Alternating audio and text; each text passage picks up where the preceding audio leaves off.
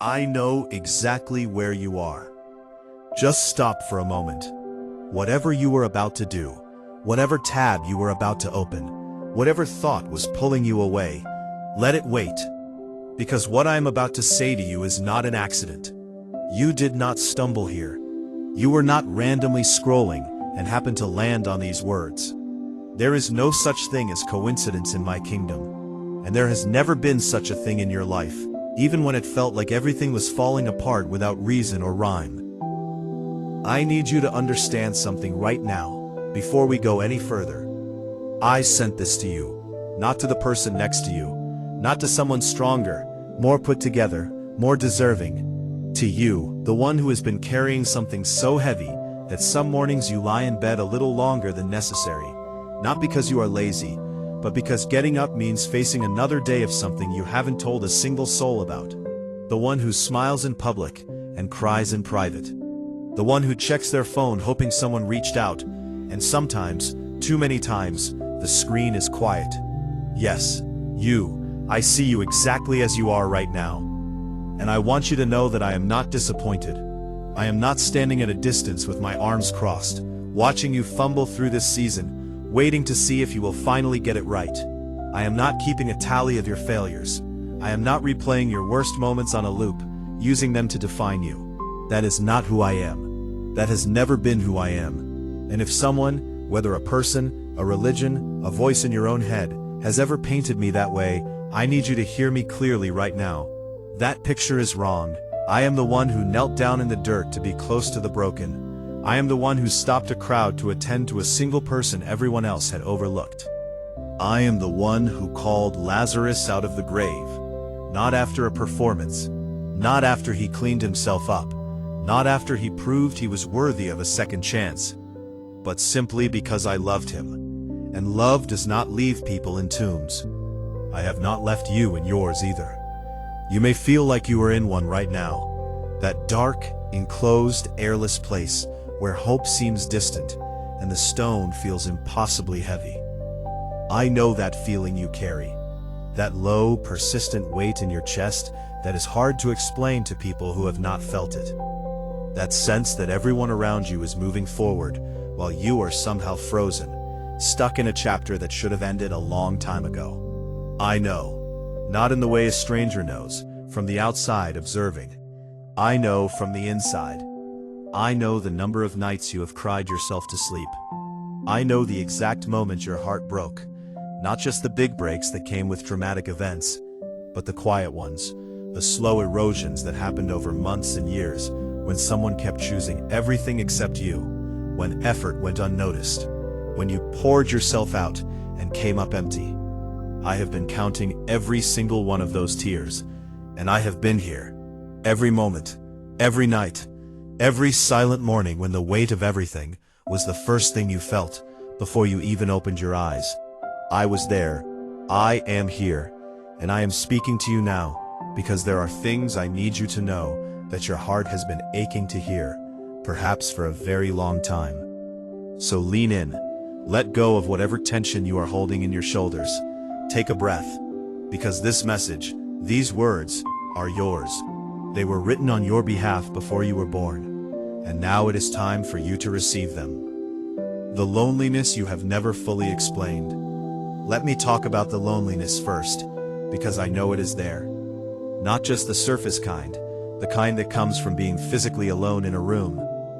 The kind where you can be surrounded by people, at a party, in a family gathering, in a relationship, and still feel utterly, profoundly alone. The kind where you laugh at the right moments and say the right things and contribute to the conversation, and then drive home afterward and sit in your car in the driveway for a few extra minutes because going inside feels like continuing a performance you are exhausted from. That loneliness, the one that makes you wonder if anyone actually knows you. Not the version of you that functions well and shows up reliably, but the real you. The one with the fears you don't say out loud. The one with the dreams you have stopped sharing because too many times the response wasn't what you needed. The one who has questions you are almost afraid to ask because what if the answer is silence? I want you to hear me on this. You are not alone. That is not a phrase I am saying to make you feel better in a vague, generic way. I am saying it as a statement of absolute truth. Solitude is real. Seasons of isolation are real. The ache of feeling unseen is real. But aloneness, the idea that there is no presence with you, no one who truly understands, no witness to your inner world, that is not your reality. It has never been your reality. Before you knew how to speak, I was listening. Before you knew how to pray, I was near. Before you understood what it meant to be loved, I loved you.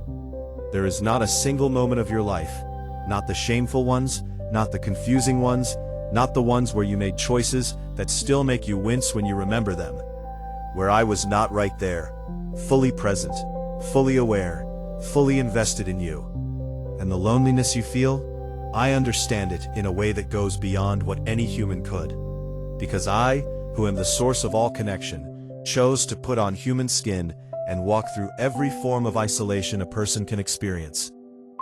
I knew what it was to be misunderstood by the people closest to me. I knew what it was to pour out everything and watch people walk away. I knew what it was to reach out in love and be met with suspicion, with rejection, with silence. And I did not harden. I did not close off. I did not decide that people were not worth the risk of being hurt by them again. I kept loving. And that is what I'm doing with you, right now, in this moment, through these words. I am reaching towards you because you matter to me in a way that has no condition attached to it, no expiration date, no asterisk of fine print. The loneliness has told you lies. It has told you that you are forgotten, that your absence would go unnoticed, that the world has moved on and left you behind. Those are lies, every single one of them. And part of what I'm doing right now, speaking to you in this way, in this moment, is dismantling those lies one by one. You are not forgotten. You are not behind. And you are absolutely, completely, permanently not alone. The anxiety and the racing mind. I want to talk about the anxiety now, because I know it too. The way it shows up at the strangest times. Not always during the genuinely hard moments. Sometimes you handle those with surprising grace. But then it comes at 2 in the morning, when everything is quiet and you are just trying to sleep, and suddenly your mind turns on like a projector and starts running scenarios. What if this doesn't work out? What if I made the wrong choice? What if things never change? What if they do change but for the worse? What if I am missing something? What if this feeling never goes away? The overthinking, the replaying of conversations to see if you said something wrong, the reading of tones and expressions, trying to figure out if someone is upset with you, the mental rehearsal of difficult conversations that may never even happen, the constant low hum of anticipation, not the good kind, but the kind that keeps your nervous system in a subtle state of alert, even when there is no real danger present. I see how exhausting it is to live inside a mind that won't quiet down. And I want you to know something profoundly important. Your anxiety does not mean you lack faith. Your overthinking does not mean you are broken. Your struggle with fear does not mean I am disappointed in you. It means you are human. It means you have been through things that trained your mind to stay alert, to watch for threats, to prepare for pain before it arrives, so that maybe, this time it won't catch you completely off guard. That is not weakness. That is what a person's heart and mind do when they have experienced enough hurt to know that hurt is real. But I need to speak directly to that anxious part of you right now. The thing you are afraid of, the worst version of the future that your mind rehearses late at night, it is not what I have planned for you. I need you to hear that clearly. The story your fear tells you is not the story I am writing. Fear is a loud narrator, but it is not an accurate one. It takes fragments of pain from your past and projects them onto every possible future until all you can see is more of the same hurt, more of the same disappointment, more of the same loss. But I am the author, and I do not write the same chapter forever. The peace that you are searching for, the kind that doesn't make logical sense, the kind that holds you together even when the circumstances have not changed yet, That is not something you have to manufacture. It is not something you have to be calm enough to earn.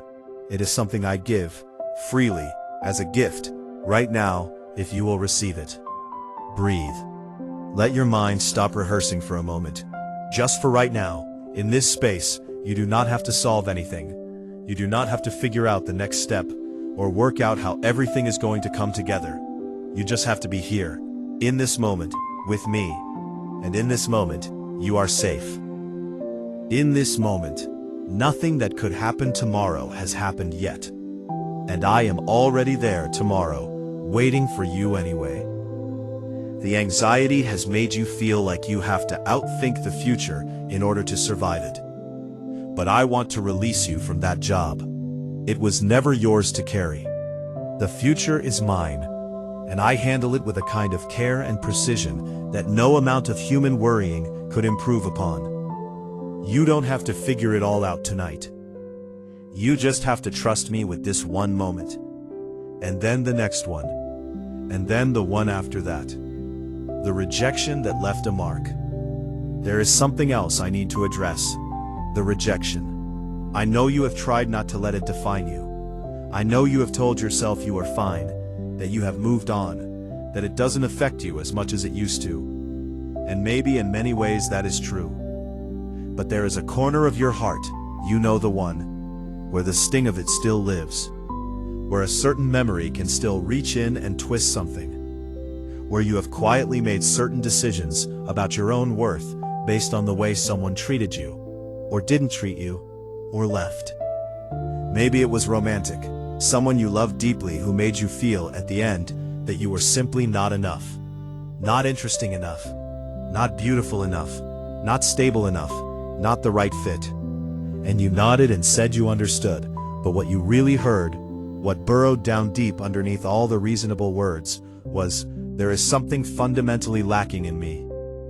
Maybe it was a parent, someone whose approval you spent years trying to earn, only to realize one day that the standard kept moving, that no achievement would quite reach it, that you were being asked to perform for affection that should have been unconditional. And the wound that left is one that doesn't announce itself with drama. It just quietly shapes the way you see yourself, the way you expect to be treated, the way you brace for abandonment even when there is no sign of it coming.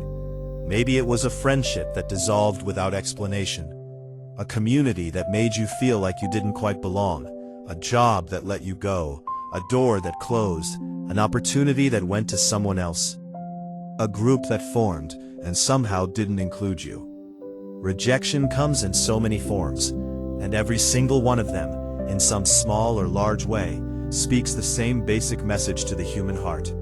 You are not chosen. I need to overturn that with everything I am. You are chosen, not as a consolation, not as a backup plan, not because I ran out of better options. You are chosen the way a master craftsman chooses the exact right material for the exact right purpose, with full knowledge, full intentionality, full awareness of what you are and what you will become. Before anyone accepted you or rejected you, before you had accomplished anything worth noting, before you knew your own name, I chose you, and the people who left, I grieve that with you. I do not minimize the pain of human rejection. I know how deeply it cuts, because I sat across the table from Judas, knowing what was coming, and I still washed his feet. I know what it is to love without guarantee of return. I know what it is to be betrayed by someone who knew you well. I know what it is to be rejected by your own people, in your own town, in your own synagogue. I did not escape the sharpest edges of human rejection. But here is what I want you to see. The rejection of people did not determine my value, and it does not determine yours. What they chose or failed to choose says more about their vision, or their limitations, or their own wounds, than it does about your worth. You were not rejected because you are unlovable. You were not passed over because you are insufficient. You are not alone because you are unwanted. You are here, in this season, being shaped, being prepared, being made ready for things that the people who walked away from you cannot even imagine. The rejection was not the final word. It was a redirection. And I want you to start believing, slowly, gently, at whatever pace you are able, that where you are going is better than where any of those closed doors would have taken you. The silent battles no one has seen. There are battles you are fighting that no one knows about. I am not talking about the visible struggles, the ones people can observe and comment on and offer advice for. I am talking about the private ones, the ones you manage so quietly and so carefully that the people who love you most have no idea they are even happening. The addiction that you started and cannot seem to stop, and the shame of it is so thick that you have not told a single soul. The thoughts that come uninvited, dark ones, unwanted ones, that frighten you with their presence and make you question your own mind. The grief that never fully processed because life kept moving and you didn't feel like you had permission to fall apart. The anger that lives underneath everything, that you turn inward because you don't know what to do with it. The sense that you are slowly disappearing, becoming less of who you were, and you are not sure how to find your way back. The silent battles, the ones fought in the dark, the ones where no one shows up with encouragement, because no one knows to show up. I am showing up. I have always been showing up to those battles, even when it felt like you were completely alone in them. And I need you to know, whatever you are carrying in secret right now, whatever it is that you have convinced yourself is too shameful to bring to me, it is not too much. You are not too far gone. You have not crossed some invisible line beyond which my grace cannot reach. There is no such line. I have seen it all, the whole of it, the parts you are proud of and the parts that keep you up at night. The person you are in public and the person you are at your absolute lowest. And here is what I have to say about all of it, about the entire complete picture of you. I still love you. Exactly as much as I always have. Exactly as much as I always will. My love is not a reward. It is not a grade on your performance. It is not something you earn during your good weeks and lose during your bad ones. It is the very nature of who I am. It is the ground you stand on, whether you acknowledge it or not, whether you feel it or not, whether you deserve it or not, and my love does not actually operate on a desert basis to begin with. Those silent battles, bring them to me. Not the cleaned up version, not the version where you have already started making progress and can present it with some dignity intact. Bring me the raw, messy, confusing, humiliating version. The part you have never said out loud to anyone, the part you barely let yourself look at. Bring it here. I am not going to flinch. I am not going to step back.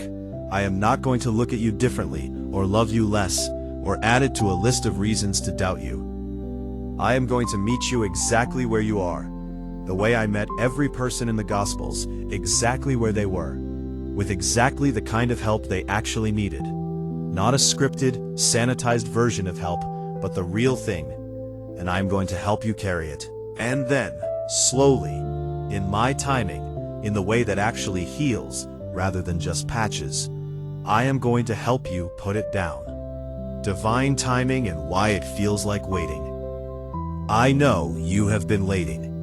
Maybe for a long time.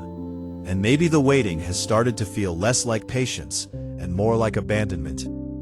Maybe you have prayed the same prayer so many times that you have grown quiet about it. Not because you stopped caring, but because repeating it started to feel futile, and futility is a pain you didn't want to keep feeding.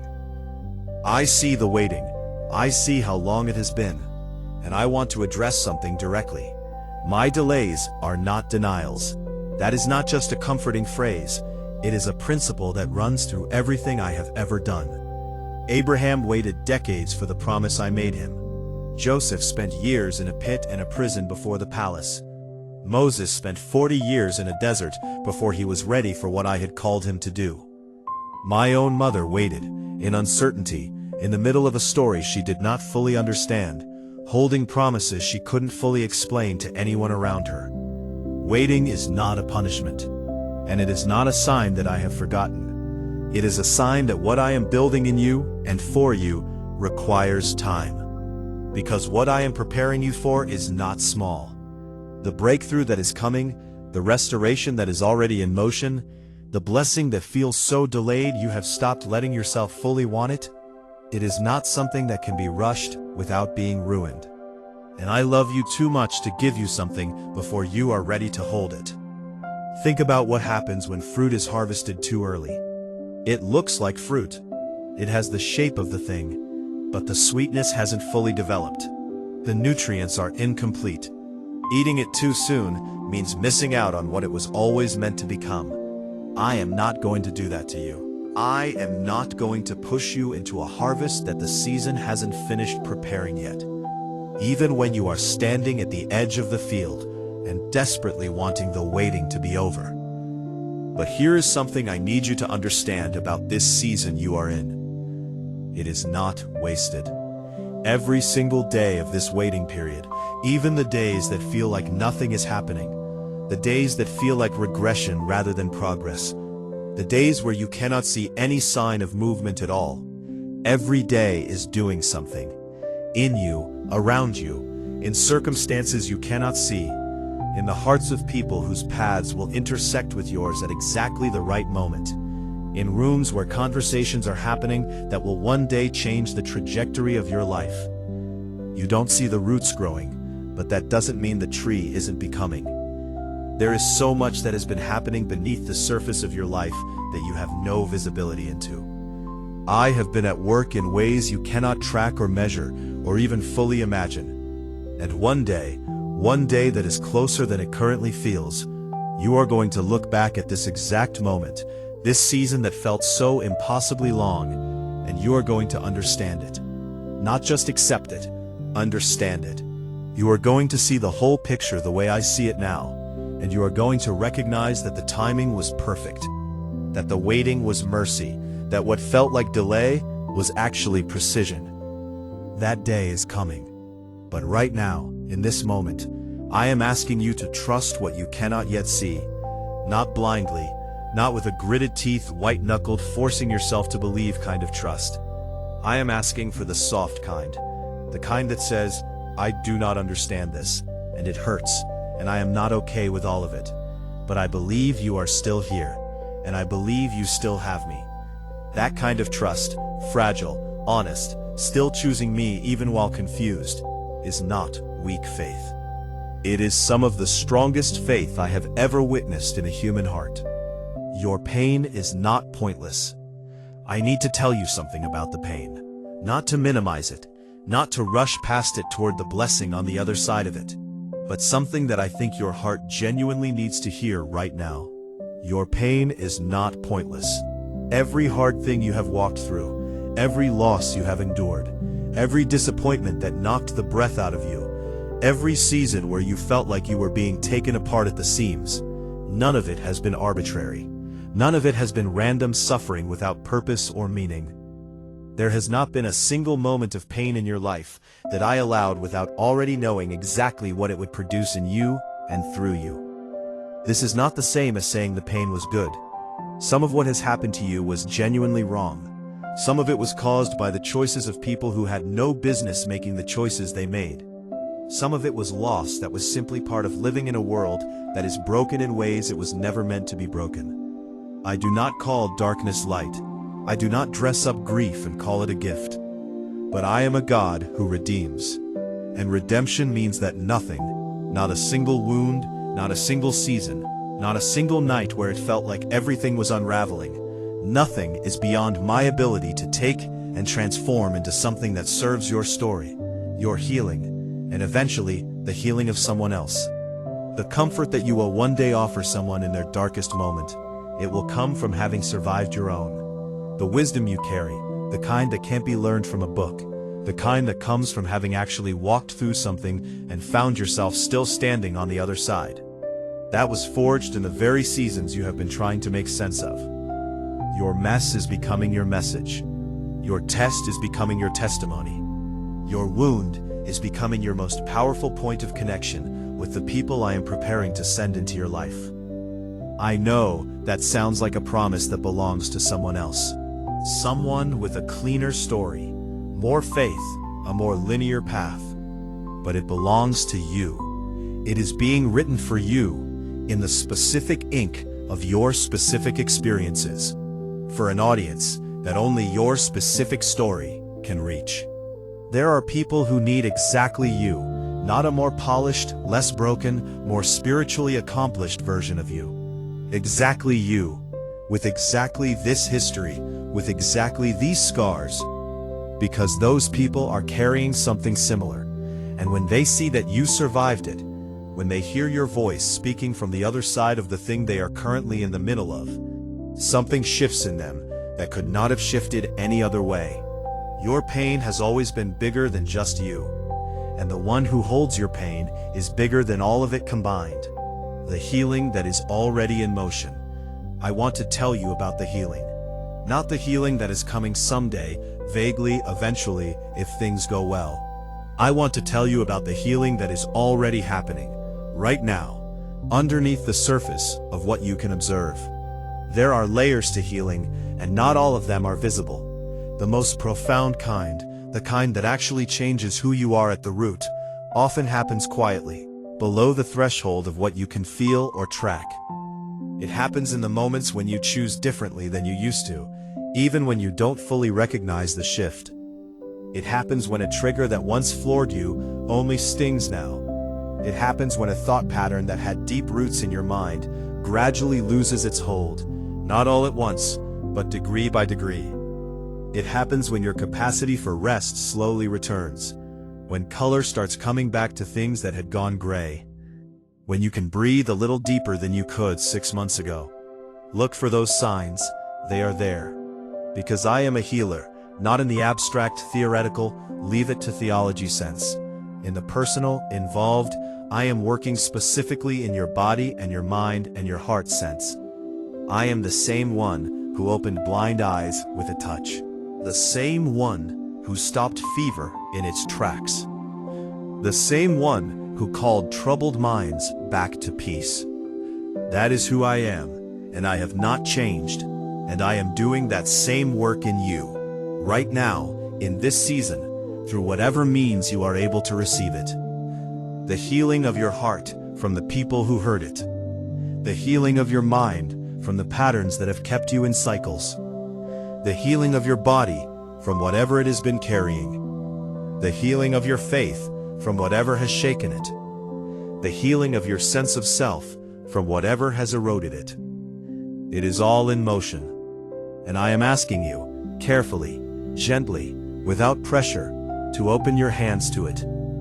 To stop gripping the wound so tightly. Not because you need to pretend it isn't there, but because I cannot fully heal what you will not let me touch. Let me touch it. Let me come into the places that have been locked and dark and unvisited. Let me sit with you in the rooms of memory that you have been avoiding. I am not going in there to condemn you, or to expose you, or to drag anything into light for anyone else's inspection. I am going in there because I love you, and because what lives in those rooms has been affecting you from the inside. And love does not leave its people at the mercy of wounds that it has the power to heal. You are going to come through this season different than you entered it. Not just better, not just healed, different. Changed at a level that goes beyond behavior or circumstance. Transformed, which is a word that means more than just improved. It means something has changed in its very nature. Something has shifted at the core. Something that was one thing has become something else entirely. That is what I do, and that is what I am doing in you. The restoration of everything lost. Let me speak now about restoration. Because I know there are things you have lost that still hurt to think about. Things that feel irreversible. Relationships that broke. Time that passed. Health that declined. Opportunities that came and went. A version of yourself you used to be that you miss. Someone lighter, less guarded, more hopeful, more open. A dream you had to let go of, not dramatically, but quietly, like releasing a balloon and watching it rise until you couldn't see it anymore. Restoration is one of my specialties. Not restoration the way humans do it, patching things back together so they mostly resemble what they were before, with the cracks still visible and the structural weaknesses still present. I restore things so completely, so thoroughly, that what comes back is often stronger than what was there before. The broken places, when I heal them, do not remain weak points. They become the strongest parts of the structure. The years you feel were lost, I can restore those too. Not by turning back time, but by so accelerating and enriching the seasons ahead that what was lost in quantity is made up for in quality. By bringing people into your life who carry what has been missing. By opening doors so wide and so perfectly timed that they make up for every door that closed before them.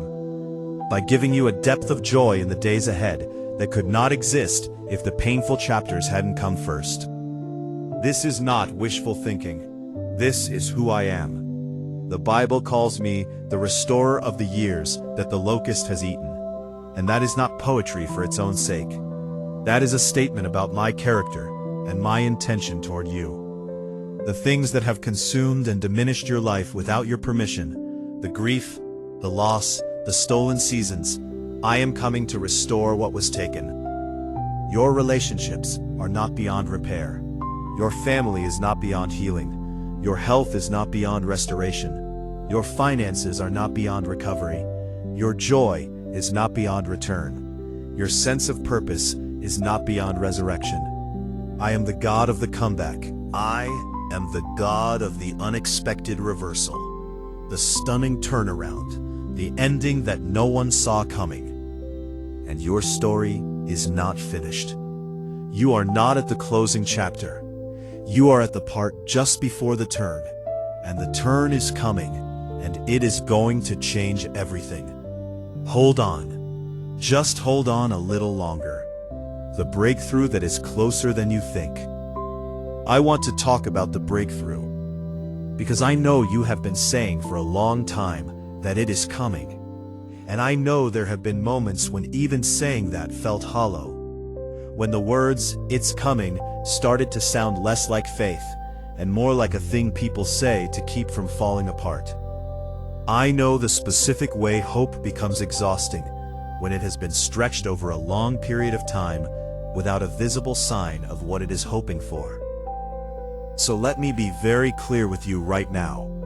Your breakthrough is closer than you think. Not closer in the way that is meant to extend false hope indefinitely. Closer in the very specific sense that the things I have been building, the circumstances I have been arranging, the timing I have been aligning, the people I have been moving into position, the changes I have been making in you, they are approaching a convergence point. Something is about to shift. Can you feel even a small trace of it? Under all the weariness, under the accumulated weight of the waiting, is there something in you that recognizes the truth of what I'm saying? That thing you feel, that quiet, almost afraid to acknowledge it stirring, that is not wishful thinking. That is discernment. That is your spirit recognizing the approach of what has been promised. Breakthroughs do not typically announce themselves far in advance. They tend to arrive suddenly, not because they were not in preparation for a long time, but because the preparation happens in the unseen. And then the manifestation breaks through into the visible world all at once.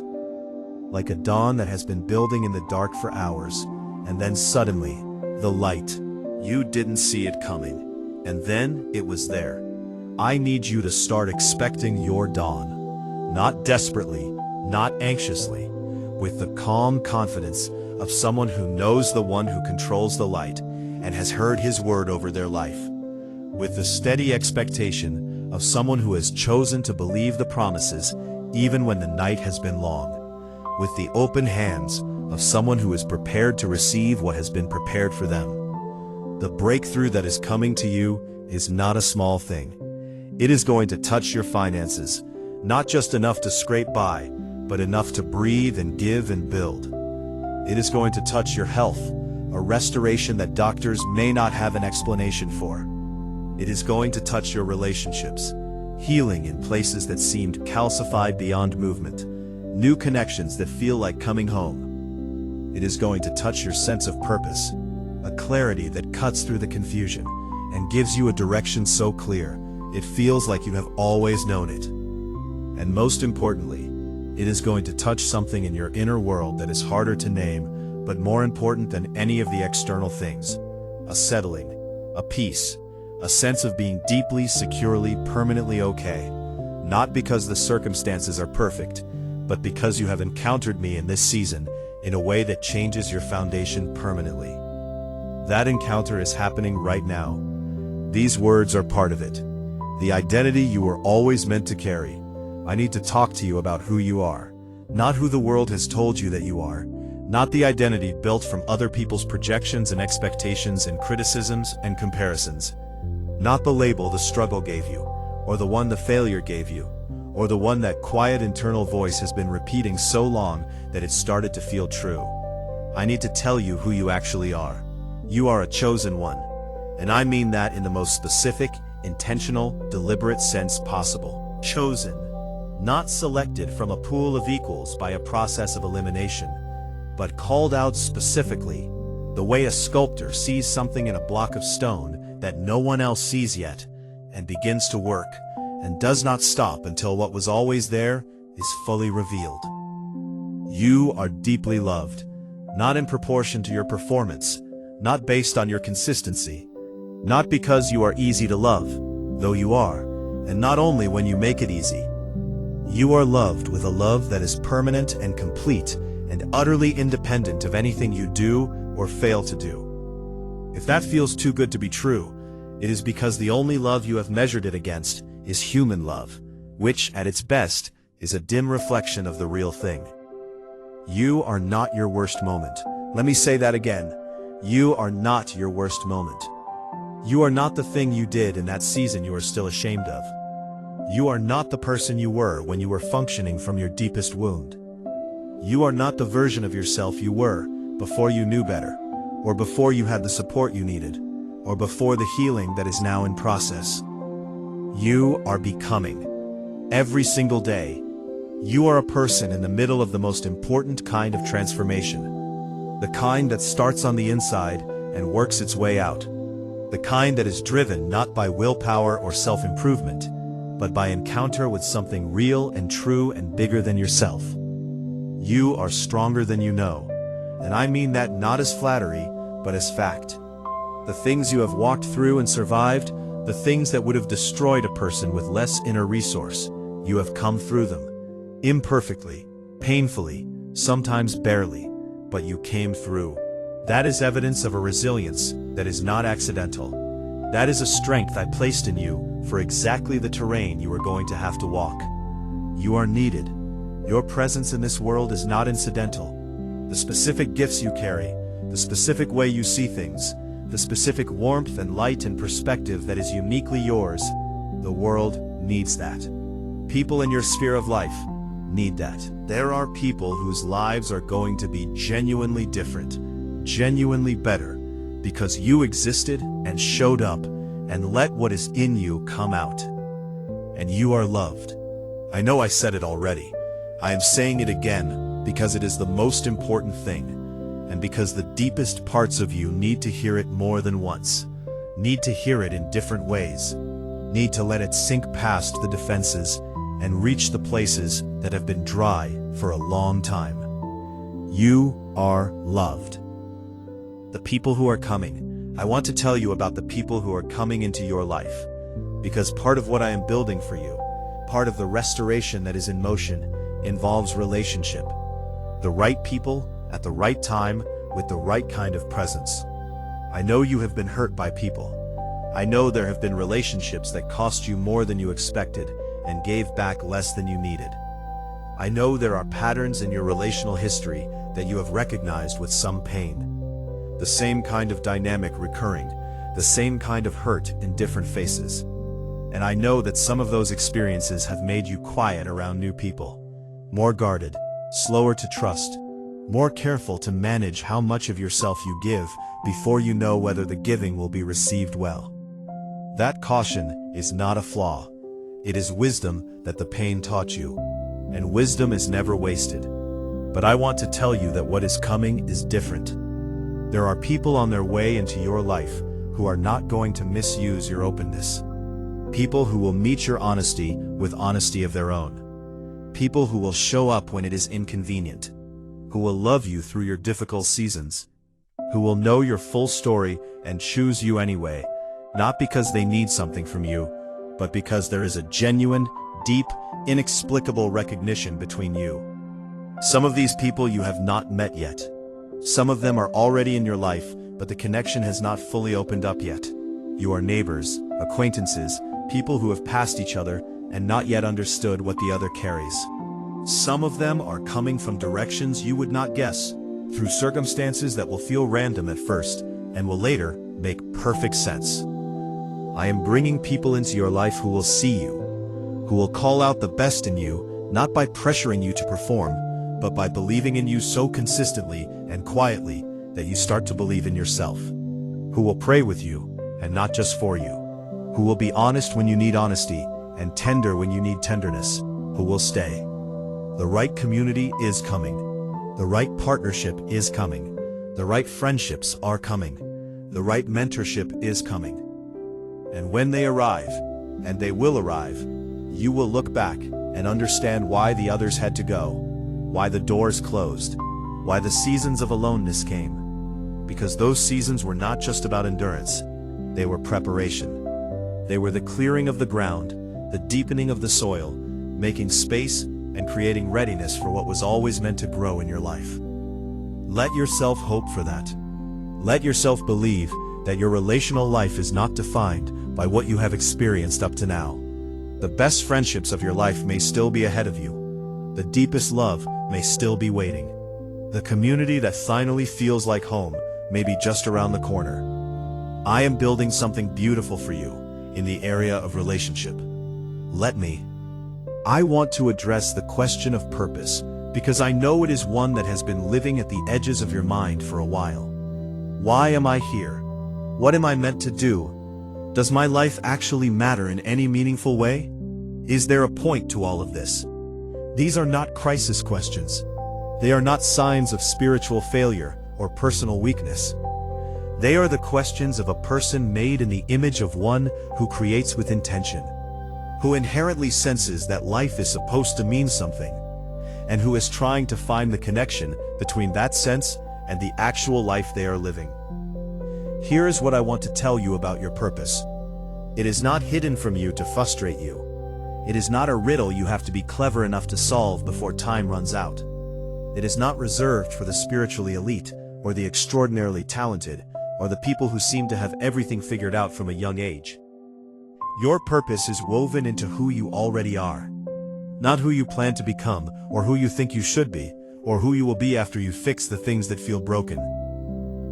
The threads of your calling are already present, in the things that move you, in the needs you cannot walk past without feeling pulled to help, in the gifts that feel natural because they are genuinely yours, in the experiences that were painful but made you into someone who can speak with authority into other people's pain.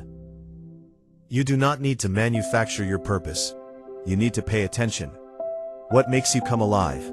What kind of problem could you work on for hours without noticing the time? Whose pain breaks your heart in a way that other kinds of pain don't? What is the thing that people consistently come to you for, not because you advertised it, but because something in you just naturally gives it? What is the unique intersection of your gifts, your experiences, your perspective, and the needs of the world around you? That intersection is not an accident. That is where I placed you. And here is the part I really need you to hear. Your purpose is bigger than your current comprehension of it. Whatever you think you are capable of, expand it. Whatever you have settled for as a ceiling, push it up. Whatever version of yourself you are imagining as the one who gets to live a meaningful, impactful, purposeful life, I promise you that the real version is larger. You were not made for a small life. You were not made to survive, to cope, to manage, to maintain. You were made to thrive, to create, to love with wide open arms, to build things, to be the answer to prayers you haven't heard yet, to carry light into specific dark places that are waiting specifically for the kind of light that you uniquely carry. Your pain is not a disqualification from purpose. It is one of the primary materials I use to build it. The wound that you think makes you unsuitable is the very thing that makes you effective. The fear that you think makes you unprepared is the very thing that will keep you humble and dependent enough on me to handle what I am calling you toward. The imperfect history that you think makes you an unlikely candidate is precisely the history that will make you trustworthy to the people who need someone who has actually been in the hard places. Your purpose is real. It is significant. It is waiting, and it is closer to where you are standing right now than you know. When everything feels like it's falling apart, I want to address the moments, maybe you are in one right now, when everything seems to be going wrong at once, when the financial pressure is crushing, when the relationship is framed, when the health report came back and the news was not what you hoped, when the job ended without warning, when the project failed, when you did the right thing and it still went wrong, when you prayed and then watched the thing you prayed about fall apart anyway. I know those moments, and I know how they feel from the inside. Like, the ground that you thought was solid has given way, and you don't know where the bottom is, or what will be left of you when you land. In those moments, when everything is shaking, I need you to hear what I am saying. Some things have to fall apart so that better things can be built in their place. That is not a justification for everything that breaks. Sometimes things fall apart because we are in a broken world, and that is what broken worlds do. But even then, even in the circumstances that are simply wrong, simply painful, simply the result of living in a time and place where loss is real and suffering is real, even there, I am at work.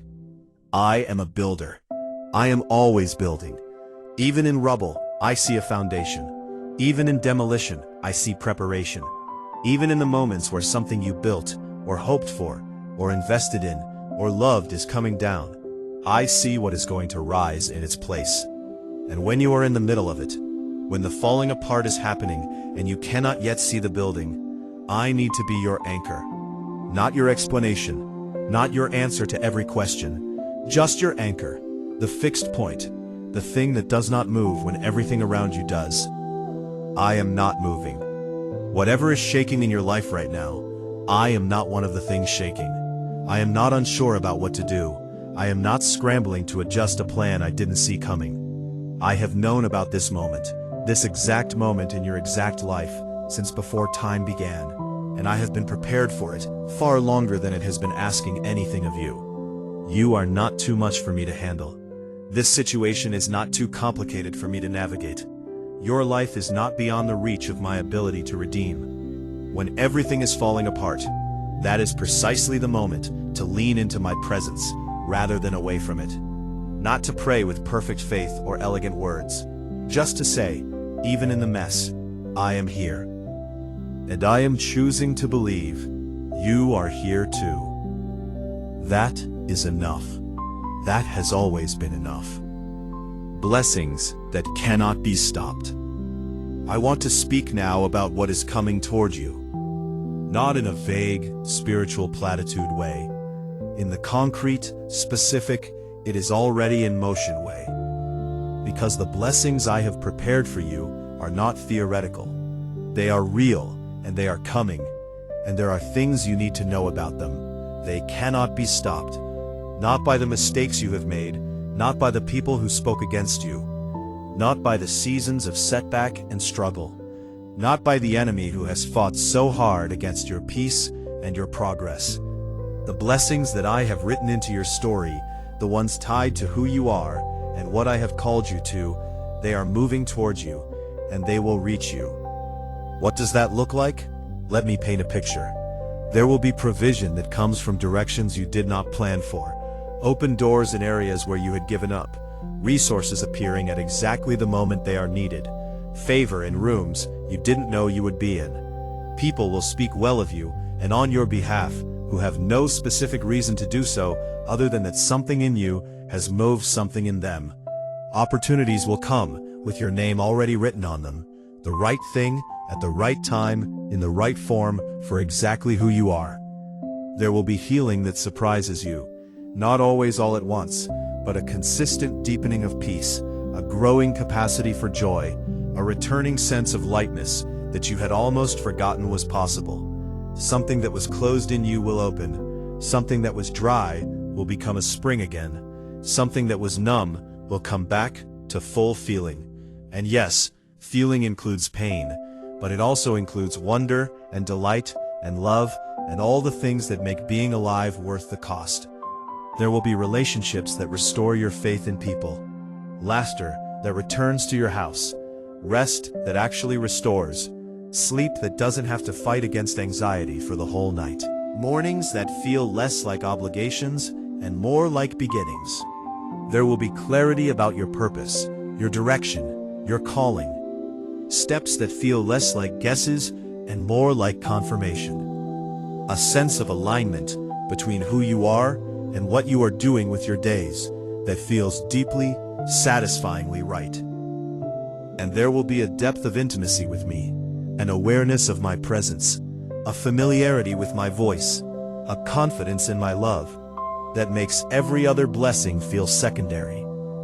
Because I know, and you will know more and more completely as time goes on, that I am the real gift. Everything else flows from here, from this relationship, from this encounter. Every good thing in your life has my fingerprints on it, and I am not finished giving. The word I have spoken over you. Before you were born, I spoke a word over your life. Not a general word, the kind that applies to everyone equally, like background music. A specific word, your word. The word that contains the fullness of what you were created to be, the direction you were created to walk, the impact you were created to have, the love you were created to give and receive. That word has not been revoked. Every hard thing that has happened since you were born has not canceled it. Every mistake you have made has not erased it. Every time you wandered from it, lost sight of it, doubted it, turned away from the path that led toward it, has not made it less true or less active or less in effect. The word I speak does not return to me empty. I do not say things over people's lives and then watch circumstances neutralize my declaration. I do not promise and then shrug at the difficulties that arise. I am not a God who speaks potential and then leaves it entirely up to the individual to summon enough personal power to bring it into being. I am a God who partners, who walks alongside, who gives strength to the weary and increases power in those who have none, who does not grow tired or give up or decide at some point in your story that the investment is no longer worth it. I am a God who sees the end from the beginning and works in everything to bring what I have promised into reality for the ones I love.